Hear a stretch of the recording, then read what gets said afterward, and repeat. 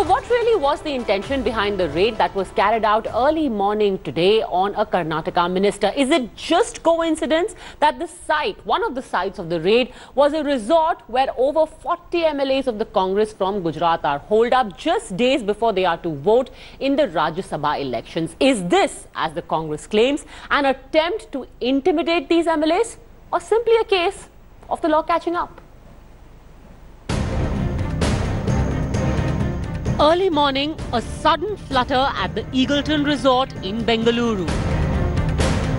On 29th of July, 40 plus MLAs from Gujarat were brought to the Eagleton Golf Village in Bengaluru here just to ensure that these MLAs do not move into the BJP camp.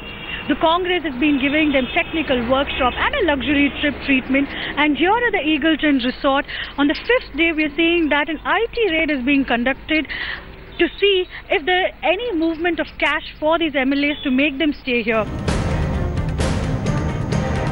But the Income Tax Department was clear. They weren't concerned with the Gujarat Congress MLAs hidden away at the resort. Their target was only one man, Minister DK Shivakumar. And almost on cue, the tax department fanned out across 39 locations, searching the houses and offices of Shivakumar and his family in Karnataka and outside. This is a residence of Suresh Sharma. He is DK Shivakumar's brother, which is one of the addresses that is being raided by the Income Tax Department. There are about 39 locations that are presently being raided by the Income Tax Department over allegations of tax evasion that have been put forth.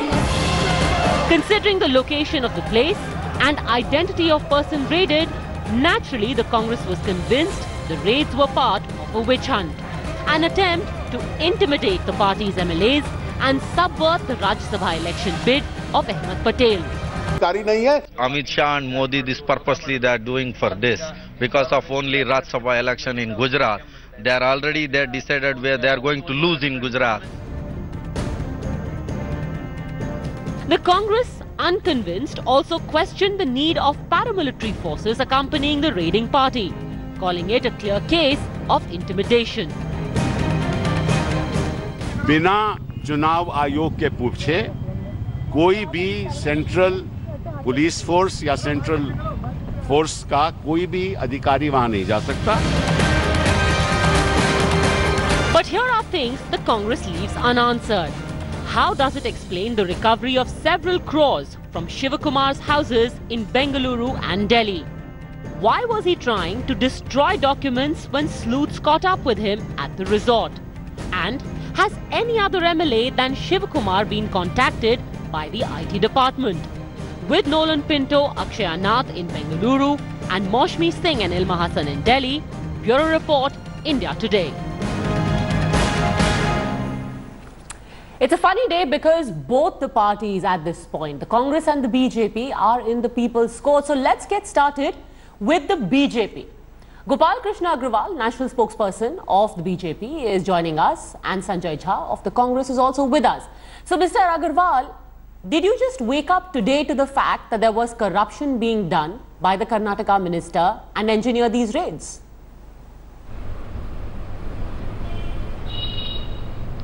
No, it is the media and other people have risen to this understanding. Ultimately, the investigation was going on for some time back. The already IT and other ED and other people had some information. Based on that, they were planning this raid. But because the person, Mr. Shivakumar, Karnataka minister, was staying in the hiding in this resort. Therefore, they went there and nothing has been raided. Okay, Mr. Agrawal, can you please tell me exactly what is the case against DK Shivakumar? When were these charges made against him, and since when has the investigation been going on? Actually, it is the there has been information that he has been involved, is indulging in lot of cash transaction, indulging in purchase and investment into gold and other things after demonetization. These informations were there with the IT department.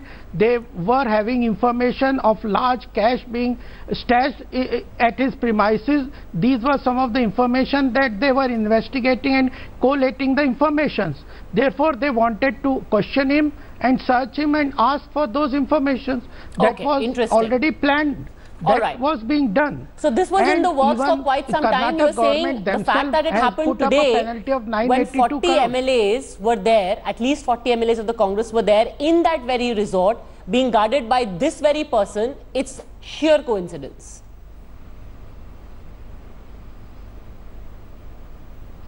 It is a coincidence, but the investigation on him was planned by the IT much before, as has been come out in their releases, and further the IT department has been able to unearth more than around 10 crores from his premises from Delhi and other. Actually, the raid took place in around 39 premises, and as has been clarified by the finance minister, the raid has not taken, search raid etc. has not taken place in that resort. He was hiding there. The police went there to bring him out and ask him question and took him to his residence. And that brings me to the question to the Congress. Mr. Sanjay Jha, where did that 9.5 crore rupees in cash come from?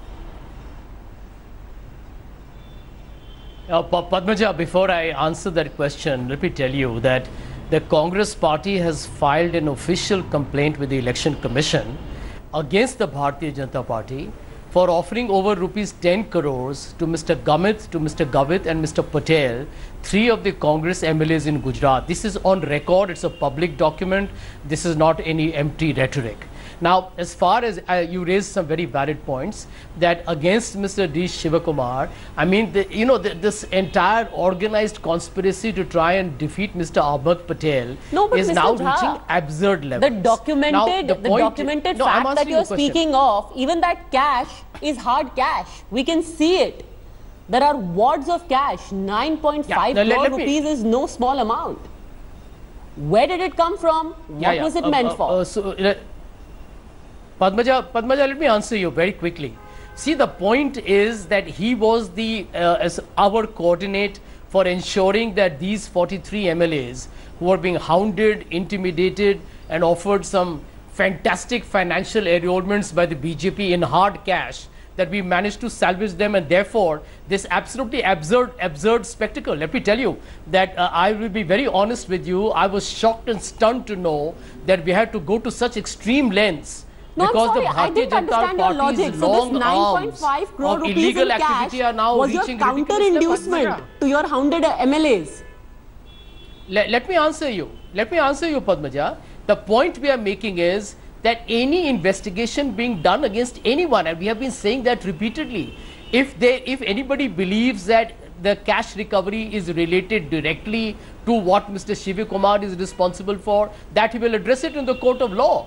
The point here is the timing of the entire political vendetta, which manifests how vindictive. You cannot leave that to a court of law and then allege a witch hunt. You have to answer, since you're defending Mr. Shivakumar, where this money came from.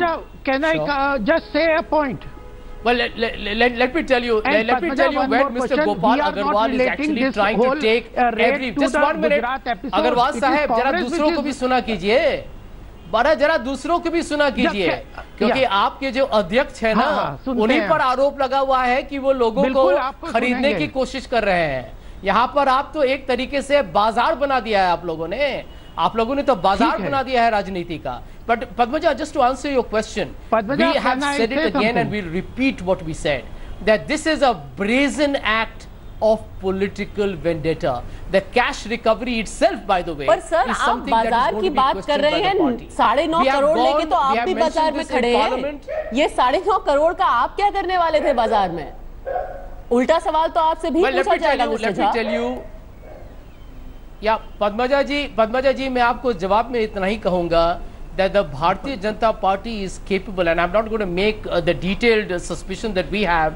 We are not going to tell you exactly upfront right now, but this party is capable of going to the lowest common denominator to frame people. Let this be fought in the court of law. But it is absolutely remarkable that right now, when Mr. Shivakumar is responsible for taking care of 43 Gujarat legislators of the Congress, suddenly the BJP wakes up. Suddenly they wake up and say, investigate him. And they put CRPF people there. Can you imagine? They don't use the local Bangalore police. Let the BJP respond. Let the BJP respond now, Gopal Krishna Agarwal. What does it tell you? Are you framing the Congress? You're framing Mr. Shivakumar. CRPF for this? My take on this issue is,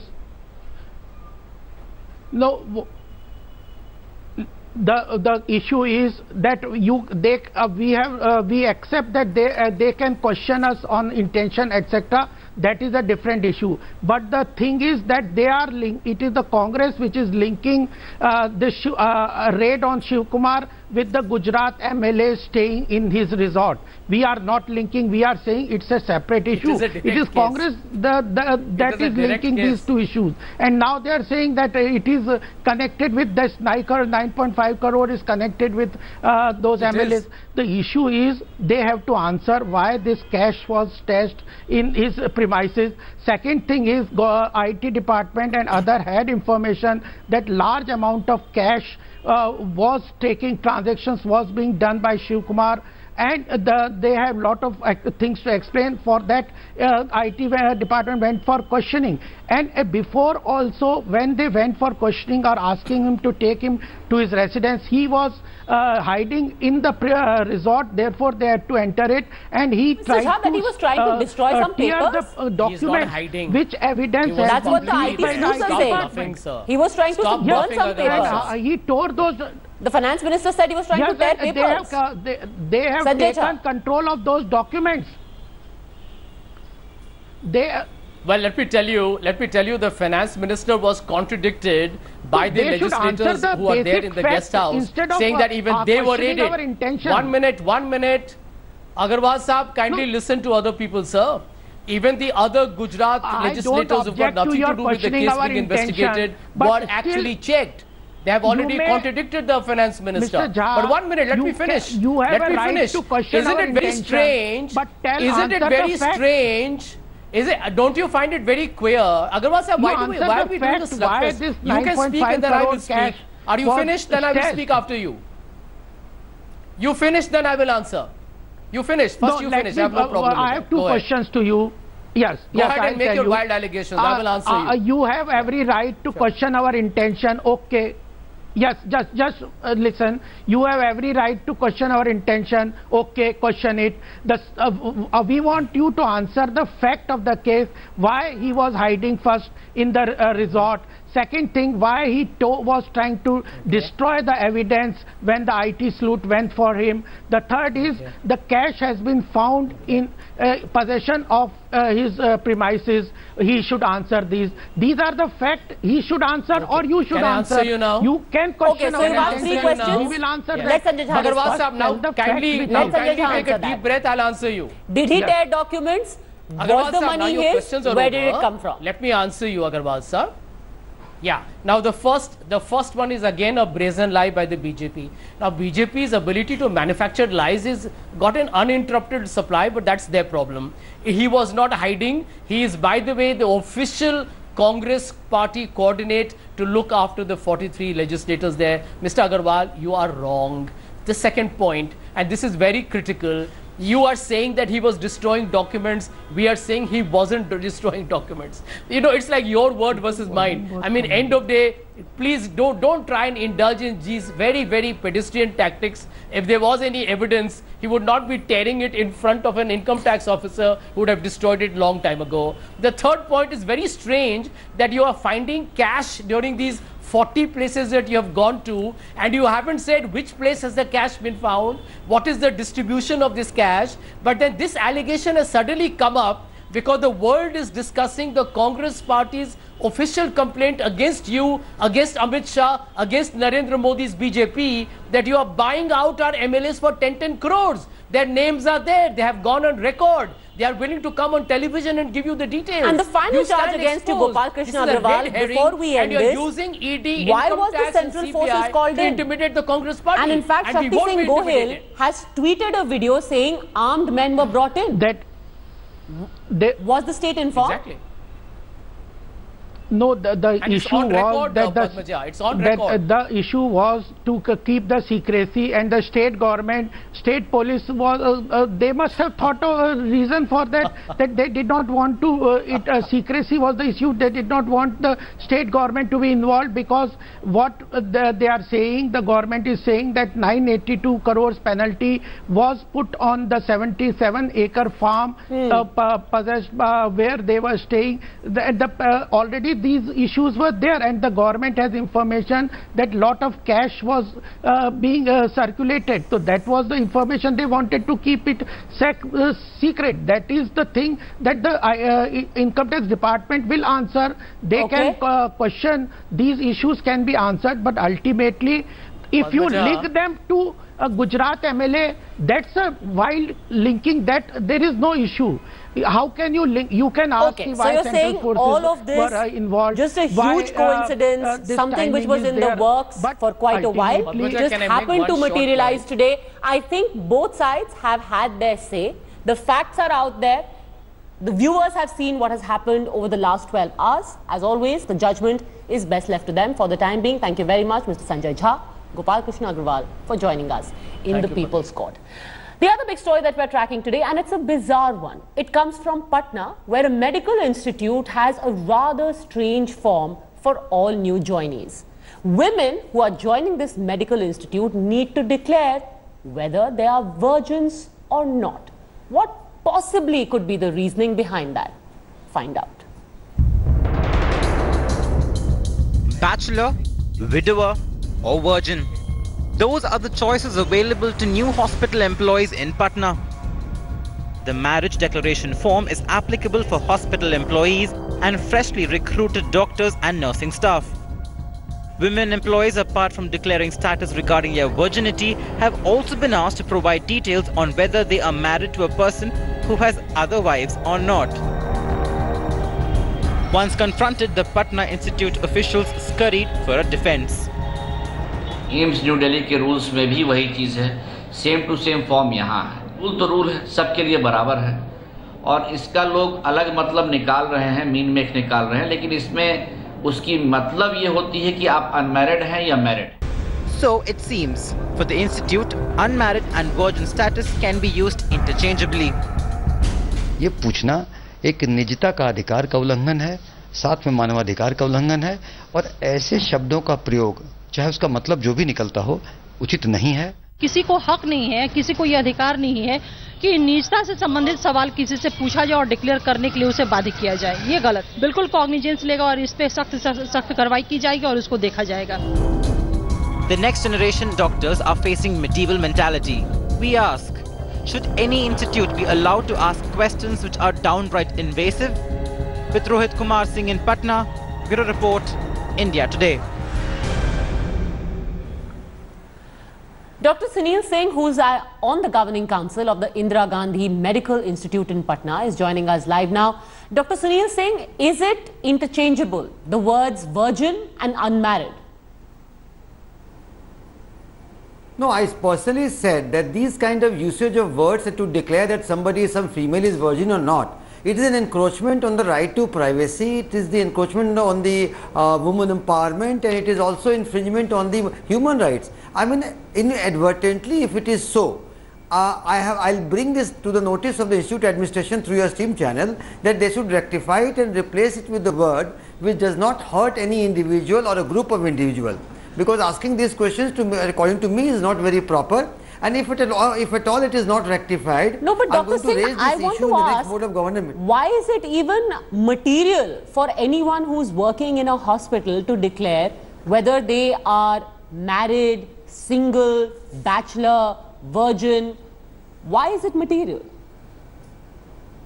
No, marital status is definitely logical, and marital status one should declare, but yes, asking for the virgin, I think it's not a proper word, and we'll do something to replace it with the more acceptable word.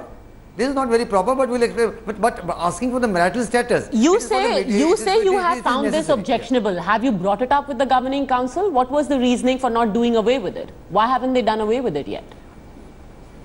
No, I have come to know from my journalist friends, and that's why I have come to know recently only. Now definitely I will ask the institute administration to look into the matter. If they don't do any rectify it, then I will raise this issue in that governing council and something will be done. I don't think it must be there inadvertently. Institute administration must be using it as a format for a long time ago and nobody must have noticed it. Okay, and finally I want to ask you, Dr. Sunil Singh, do you agree that marital status can easily be gender neutral? Why is there a separate column for bachelor?